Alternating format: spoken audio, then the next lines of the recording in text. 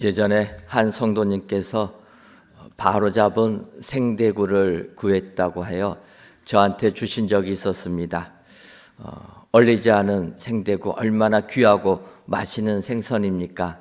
잘 먹겠다고 인사드리고 집에 와서 이제 그것으로 요리해서 저녁 먹으려고 포장을 풀으니까 깜짝 놀랐습니다. 그것은 정말 얼리지 않은 손질이 하나도 되지 않은 생대구 그 자체였습니다.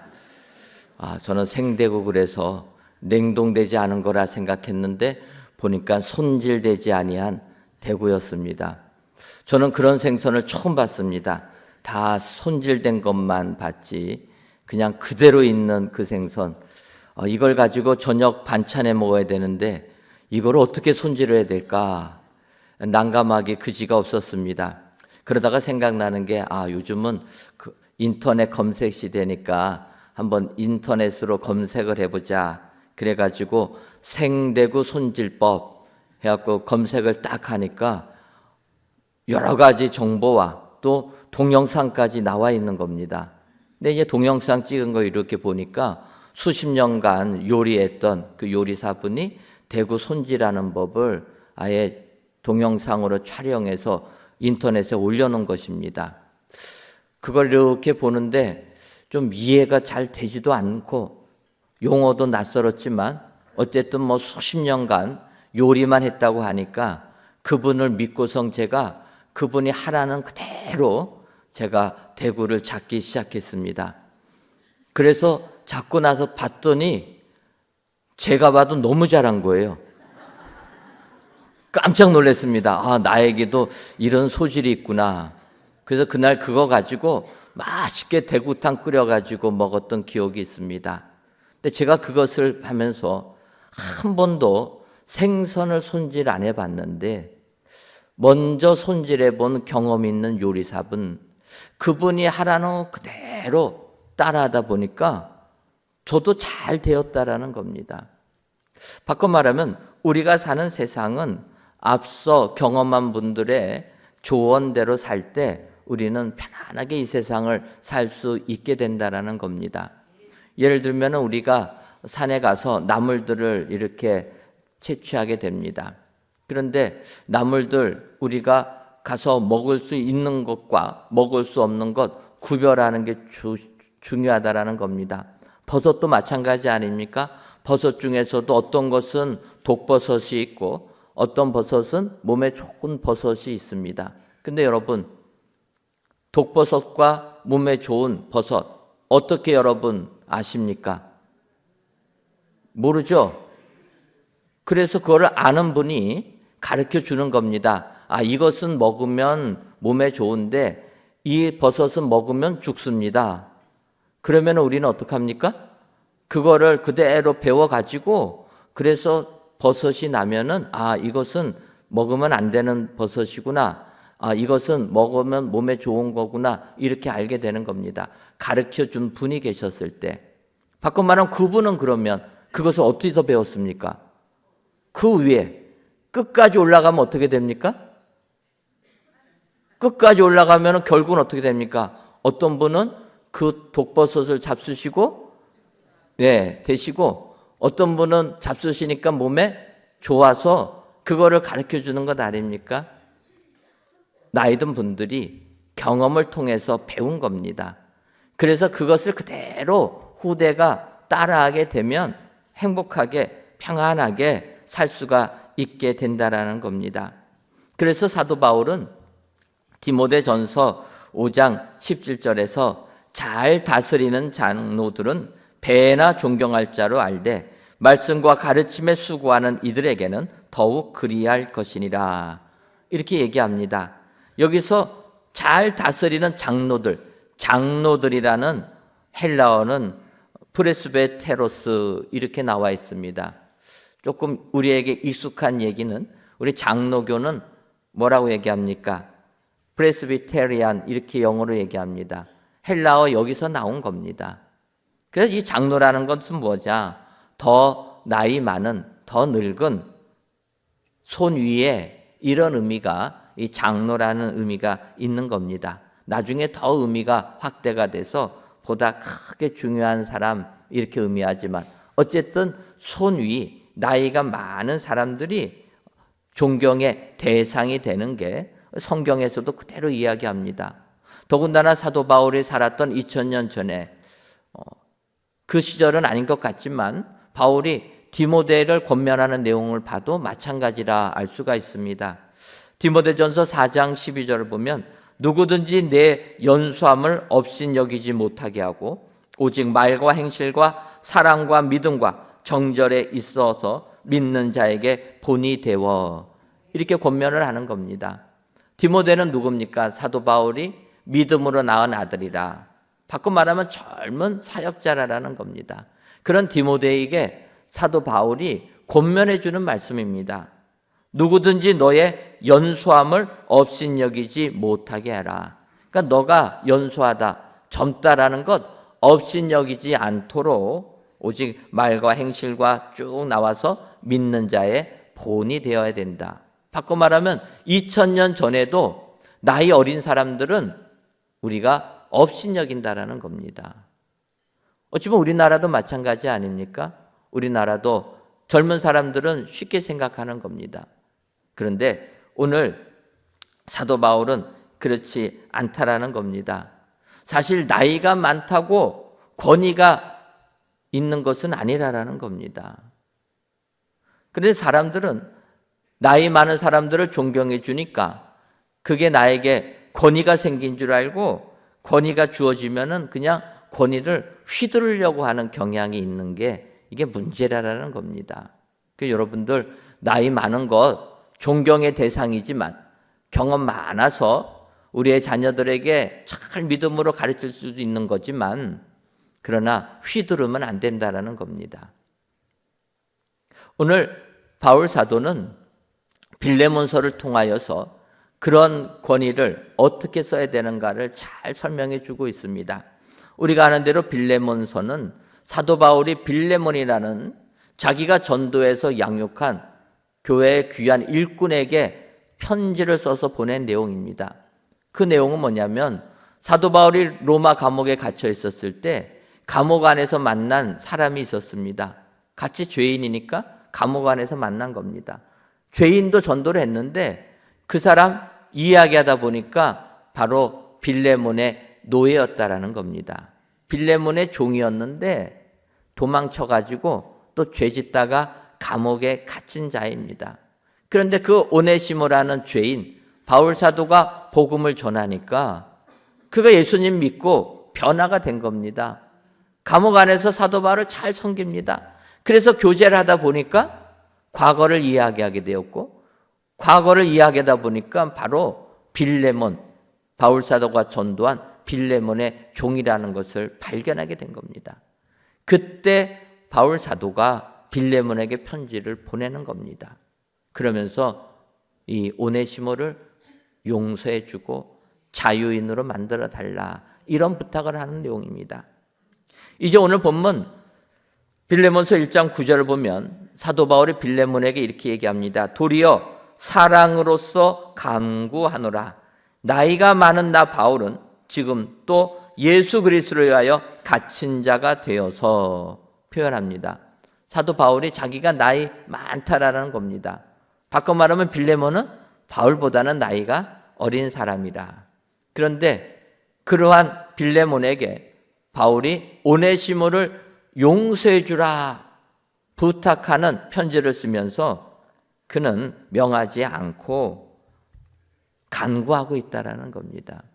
어찌 보면은 이 시대를 살아가는 우리 그리스도인들이 사도 바울의 이 모습을 배워야 될 줄 믿습니다.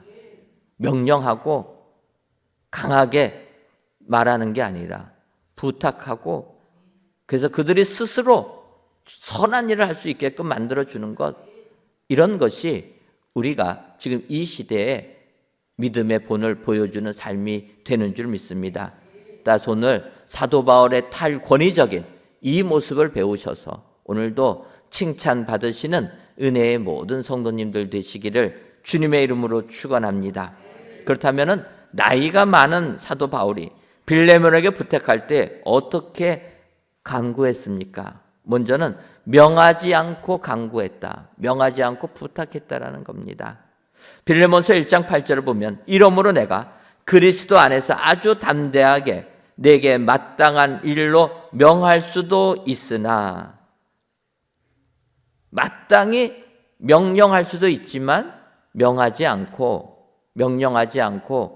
강구했다라는 겁니다. 부탁했다라는 겁니다.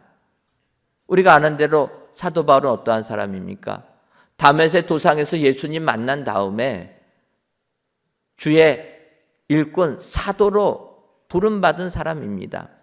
사도가 되어서 주의 복음을 세상에 다니면서 증거하다가 빌레몬에게도 복음을 전한 것입니다. 골로새 지방에 가가지고 빌레몬 만나서 복음 전한 겁니다. 그래서 빌레몬은 사도 바울의 전도를 받아서 예수님을 믿게 되었다라는 겁니다. 여러분, 그렇다면 사도 바울의 권위는 얼마나 큰 권위입니까? 주님으로부터 받은 권위, 그 권위를 가지고 빌레몬을 전도해서 예수 믿게 만들었다라는 겁니다. 그러면 당연히 사도의 권위를 가지고 빌레몬에게 명령할 수 있는 것 아닙니까? 너의 종, 도망친 종 오네시모 용서해 줘라. 이것이 그리스도의 사랑이다. 예수님의 말씀이다. 명령할 수 있는 것 아닙니까? 그런데 사도 바울은 그렇지 않았다라는 겁니다. 내가 그리스도 안에서 주의 종으로 너에게 담대하게 명령하는 것, 마땅한 일로 명할 수 있지만 명하지 아니했다라는 겁니다. 여러분, 여기서 보면 사도 바울은 권위를 제대로 이해한 사람이라 볼 수가 있습니다. 왜냐하면 내가 권위 있다고 권위를 외친다고 권위가 생기는 것이 아니다라는 겁니다. 권위는 어떨 때 생깁니까? 상대가 나의 권위를 인정해 줄 때 생기는 겁니다. 예를 들면 아브라함의 아들 이삭이 있습니다. 이삭이 가나안 땅에 살다가 흉년이 들어서 그랄 지방으로 내려가게 됩니다. 그랄 지방에 내려가서 여러 가지 우여곡절 속에서 남의 땅에 가서 농사 지었는데 그의 100배의 축복을 받게 됩니다. 그러니까 그랄 사람들이 어떠합니까? 눈빛이 달라지는 겁니다. 소위 굴러온 돌이 박힌 돌을 빼낸 것 아닙니까? 불쌍해서 가뭄 들었다고 해서 그랄 땅에 농사 짓게 해줬더니 자기들은 얼마 소출이 나오지도 않았는데 이삭이 100배나 얻은 겁니다. 못 견디는 거죠. 그 다음부터는 이삭이 우물을 팔 때마다 빼앗아 가는 겁니다. 그런데 이삭은 다투기를 싫어하는 사람 아닙니까? 그러니까 우물을 파서 물이 나와서 좀 잘 농사 짓겠다 싶으면은 거기에 목자들이 와서 시비를 거는 겁니다. 그러면은 주고 또 다른 곳에 가서 우물 팔고 이거를 3번이나 합니다. 3번이나 해도 계속 오니까 여기서는 못하겠다 해서 브엘세바로 이삭이 떠나게 됩니다. 그곳에 또 우물을 파게 되는데 브엘세바로 가니까 그랄 왕 아비멜렉 또 그의 친구 아우삿 또 군대 장관 비골, 바꿔 말하면은 아비멜렉과 그의 군인들 데리고 이삭에게 찾아온 겁니다. 그러니까 이삭이 너희가 나를 미워하여서 나를 떠나게 했는데 왜 왔냐? 또 시비 걸러 왔냐? 물어보는 겁니다. 그러니까 아비멜렉이 창세기 26장 28절과 29절에서 이렇게 얘기합니다. 그들이 이르되 여호와께서 너와 함께 계심을 우리가 분명히 보았으므로 우리의 사이 곧 우리와 너 사이에 맹세하여 너와 계약을 맺으리라 말하였노라. 너는 우리를 해치지 말라. 이는 우리가 너를 범하지 아니하고 선한 일만 내게 행하여 내가 평안히 가게 하였습니다. 이제 너는 여호와께 복을 받은 자니라. 아비멜렉이 이삭에게 와서 그랄의 왕이 하는 이야기입니다. 이제는 평화협정을 맺자라는 거예요. 아니 쫓아낼 때는 언제고, 그래서 그랄에 있다가 우물 다 뺏기고 브엘세바까지 온 겁니까? 아니 쫓아낼 때는 언제고 이제는 싸우지 말자, 협정 맺자라는 거예요. 그러면서 뭐라고 얘기합니까? 너를 범하지 않고 평안히 가게 했다. 이게 말이나 되는 것 같습니까? 우리 같으면은 화가 머리 꼭대기까지 할 텐데, 근데 이삭은 그렇지가 않습니다. 30절을 보면 이삭이 그들을 위하여 잔치를 베풀매 그들이 먹고 마시고, 그렇게 자기를 힘들게 했던 그 사람들 평화협정 맺자고 하니까 그냥 잔치 베풀어 주는 겁니다. 근데 사실 여러분, 왜 그랄 왕과 그의 신하들이 왜 이삭에게까지 와가지고 평화협정 맺자고 합니까? 그것은 그들이 고백하는 겁니다. 여호와께서 너와 함께 계심을 우리가 분명히 보았으므로 너는 여호와께 복을 받은 자니라. 그럴 사람들이 이삭의 권위를 깨달았다라는 겁니다. 하나님이 함께 계시니까 100배의 결실을 맺고, 우물 아무리 뺏어도 이삭이 파는 땅마다 우물이 나오고, 그래서 너는 여호와께 복을 받은 자라는 건 알았다라는 겁니다. 그러니까 그들이 권위를 세워주니까 이삭은 권위의 사람이 되는 겁니다. 그래서 그들을 뭐라고 하지 않고 오히려 친절을 베풀면서 잔치 베풀고 먹고 마시는 것 아닙니까? 여러분, 우리가 이 세상을 살다 보면 이런 모습을 배워야 될 줄 믿습니다.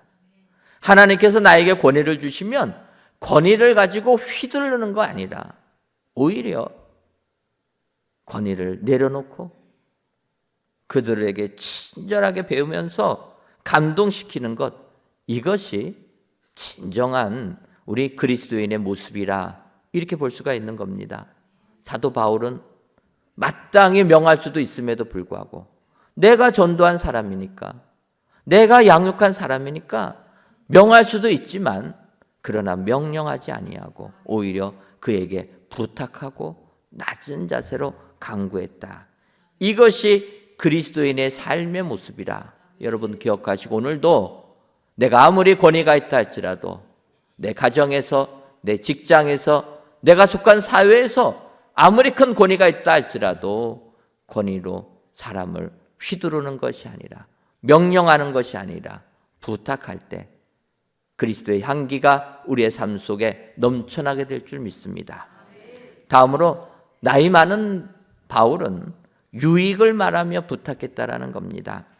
빌레몬서 1장 11절을 보면 그가 전에는 내게 무익하였으나 이제는 나와 내게 유익함으로, 이렇게 얘기합니다. 빌레몬의 집에서 도망쳤으니까 이제는 오네시모라는 종은 무익한 사람 아니었습니까? 그런데 그가 예수님 만난 다음에는 바울에게와 또 빌레몬에게 유익한 자가 되었다 이야기하는 겁니다. 여러분, 우리가 뭔가를 부탁할 때 나만 유익을 구해서는 안 되는 겁니다. 상대의 유익도 구할 때 그 일이 제대로 진행되는 것 아닙니까? 사실은 사도 바울이 감옥에서 오네시모를 전도하면서 오네시모가 바울을 섬겨줄 때 도움을 많이 받았다 생각할 수 있습니다. 우리가 아는 대로 바울은 길리기아 다소에서 나면서부터 로마 시민권을 가지고 태어난 사람입니다. 사회적으로 지위가 높은 집안이었고 또 예루살렘으로 유학 올 정도로 물질적으로 재정적으로도 풍족한 사람이었고, 예루살렘에 유학 가서 가말리엘의 문화생이 되었다. 당대 최고의 학자 밑에 들어간 사람이었다. 두뇌도 명석한 사람이라 볼 수가 있습니다. 소위 말하면 이런 사람들은 고생의 고자도 모르는 것 아닙니까? 그런 바울이 예수님 만난 다음에는 복음 전한다고 힘든 전도여행을 합니다. 결국은 로마 감옥까지 와서 잡히는 것 아닙니까? 그런 사람이 거친 감옥의 삶이 얼마나 어렵겠습니까?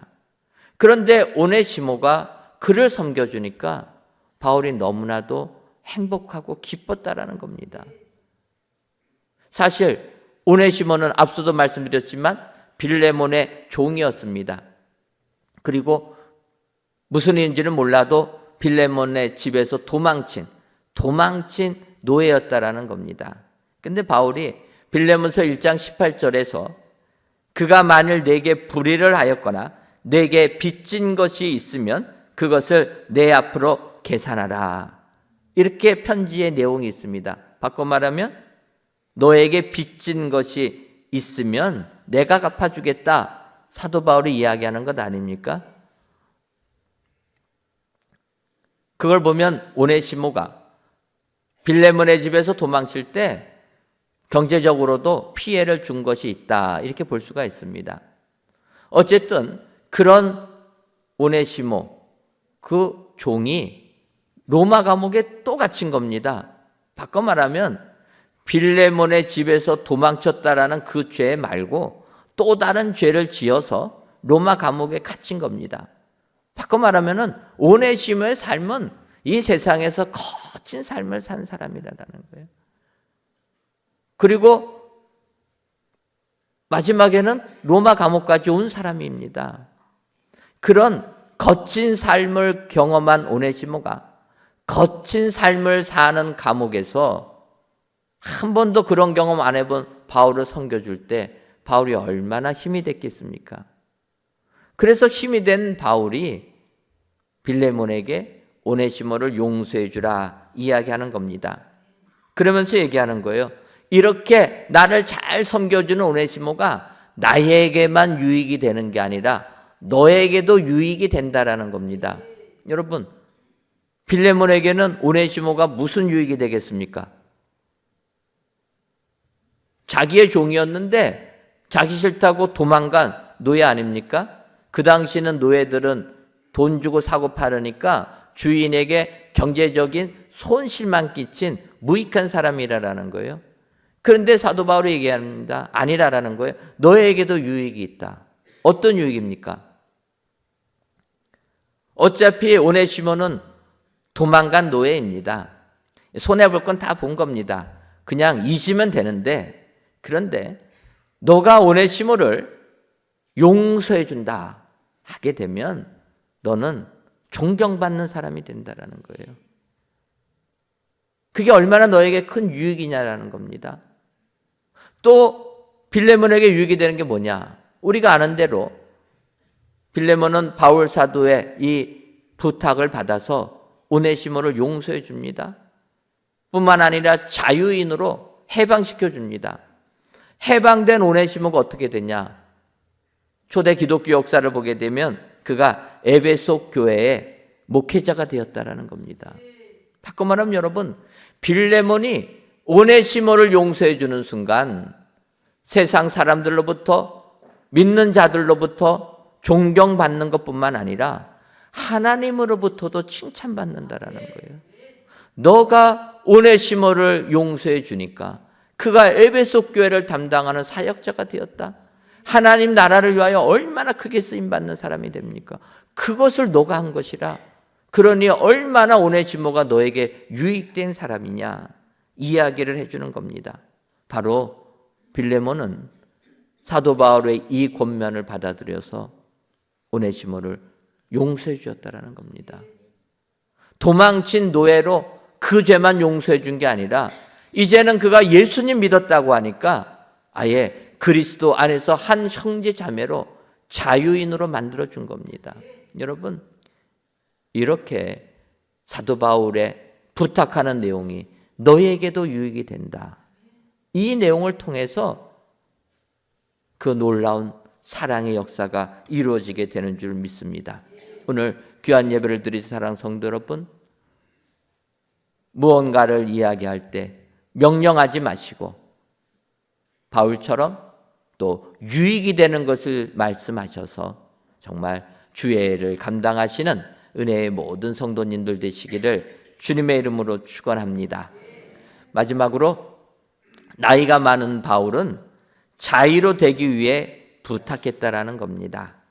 오늘 빌레몬서 1장 14절을 보면 다만 내 승낙이 없이는 내가 아무것도 하기를 원하지 아니하노니 이는 너의 선한 일이 억지같이 되지 아니하고 자유로 되게 하려 함이라.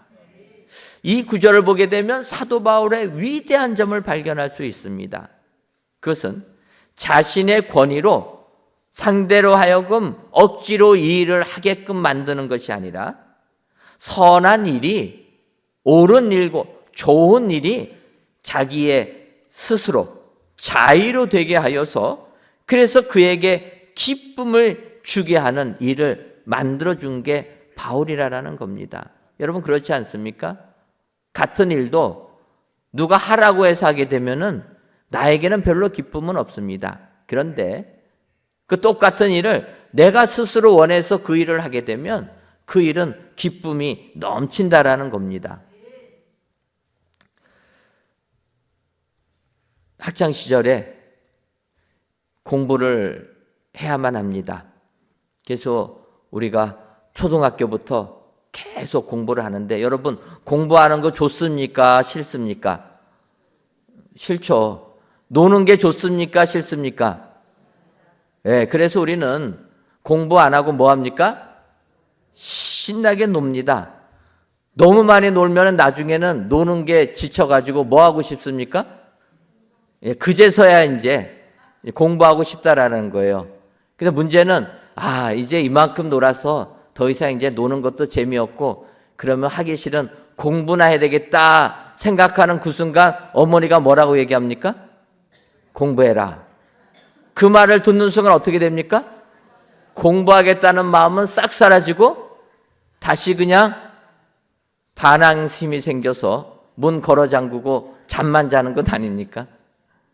사람의 마음이 이렇게 간사라는 거예요. 하라고 하면은 하기 싫고 하지 말라고 하면 하고 싶고 우리가 코로나19 때 경험한 것 아닙니까? 그렇게 예배당에 나오라고 해도 안 나오시는 분들이 나라에서 예배 드리지 마라 해가지고 20명만 예배 드리게끔 영상만 찍게끔 하니까 그 20명 안에 좀 불러달라고 나오지 말라고 하니까 그런 부탁하십니다. 그러다가 코로나가 풀려가지고 예배당에 나오라 했더니 어떠합니까? 안 나오죠. 왜 이렇게 사람은 이렇게 청개구리 마음이 있는지. 근데 생각해 보면 인류 조상이 그래서 그렇다 이런 생각을 할 수가 있습니다. 어떠합니까? 하나님께서 아담을 창조한 다음에 창세기 2장 16절과 17절에 이렇게 명하십니다. 여호와 하나님이 그 사람에게 명하여 이르되 동산 각종 나무의 열매는 내가 임의로 먹되 선악을 알게 하는 나무의 열매는 먹지 말라. 내가 먹는 날에는 반드시 죽으리라 하시니라. 하나님께서 아담을 창조하시고 아담에게 하신 말씀입니다. 선악을 알게 하는 나무는 먹지 말라. 내가 먹는 날에는 반드시 죽으리라. 먹지 말라고 하신 거예요. 그런데 아담의 아내가 되는 하와는 어떠합니까? 사단이 유혹하니까 어떻게 됩니까? 죽을까 하노라 얘기하는 거예요. 그러면서 그 선악을 알게 하는 나무 보니까 먹음직도 하고 지혜롭게 보이기도 하고 결국 먹게 되는 것 아닙니까? 먹지 말라고 하니까 먹고 싶은 거예요. 그래서 하나님의 말씀을 변형해가지고 멋대로 해석해가지고 죄를 짓게 되는 겁니다. 그래서 많은 남성들이 하와 때문에 지금도 남자들이 죽도록 일만 한다. 여러분 그런 불만을 토로하는 것 아닙니까? 그랬더니 여성분들이 그렇게 얘기하는 거예요. 무슨 말을 하나님이 먹으면 죽으리라 명한 사람이 누구냐? 성경을 보면 아담입니다. 아담에게 이렇게 명하고 그리고 나서 보니까 아담이 독처하는 게 보기가 안 좋아서 하와를 만든 겁니다. 그 아내에게 준 거예요. 바꾸면 뭡니까? 남자가 제대로 아내한테 알려줘야지. 대충 알려주니까 하와가 대충 알아들어가지고 뱀의 유혹에 넘어간 것 아니냐. 이렇게 농담도 합니다. 네, 여러분 사람의 마음이 그렇다라는 거예요. 하라고 하면은 하기 싫고 하지 말라고 하면은 하고 싶다라는 겁니다. 그래서 사도 바울이 좋은 일임에도 불구하고 오네시모를 용서해주고 자유인 삼아주는 게 좋은 일임에도 불구하고 명령을 하게 되면은 하기 싫다라는 거예요. 그런데 스스로 하게 만들면 그것은 빌레몬에게 기쁨이 된다는 겁니다. 그것을 알았기 때문에 바울은 명하지 않은 겁니다. 부탁하는 겁니다. 강구하는 겁니다. 사도임에도 불구하고 자기보다 어린 빌레몬, 내가 전도한 빌레몬에게 강구하는 모습이라. 여러분, 이런 친절한 사람, 남을 배려하는 사람이 될 때 사도 바울처럼 주애를 감당하는 축복자들이 다 되게 되는 줄 믿습니다. 이번 주간부터 친절 터치 분과에서 한 주간 또 예배와 기도회를 진행합니다. 이 친절이라는 게 무엇입니까? 상대를 배려하고 온유한 마음을 가지고 인정해주고, 마치 사도 바울이 명할 수 있음에도 불구하고 강구한 것처럼 이렇게 할 때 하나님의 나라가 확장되는 축복이 우리에게 임하게 될 줄 믿습니다. 오늘도 사도 바울을 본받으셔서 진정으로 주님의 일을 감당하는 은혜의 모든 성도님들 되시기를 주님의 이름으로 축원합니다. 기도하겠습니다. 하나님, 진정한 가을을 알리듯 갑자기 쌀쌀해진 오늘 이 시간, 성전에서 또는 각 예배 초소에서 귀한 예배를 드리게 하시니 감사합니다. 오늘 나이가 많은 나 바울은 이라는 제목으로 말씀을 주었사오니 사도 바울의 온화하고 친절한 모습을 본받아 세상 승리하는 저희들 되게 하여 주옵소서. 나이가 많은 나 바울은 먼저 명하지 않고 간구하고 유익을 말하며 간구했으며 자유로 되기 위해 간구했음을 알아 오늘도 위대한 하나님의 일을 감당하며 친절하고 부드러운 은혜의 성도님들이 다 되게 하여 주옵소서. 예수님의 이름으로 기도하옵나이다. 아멘.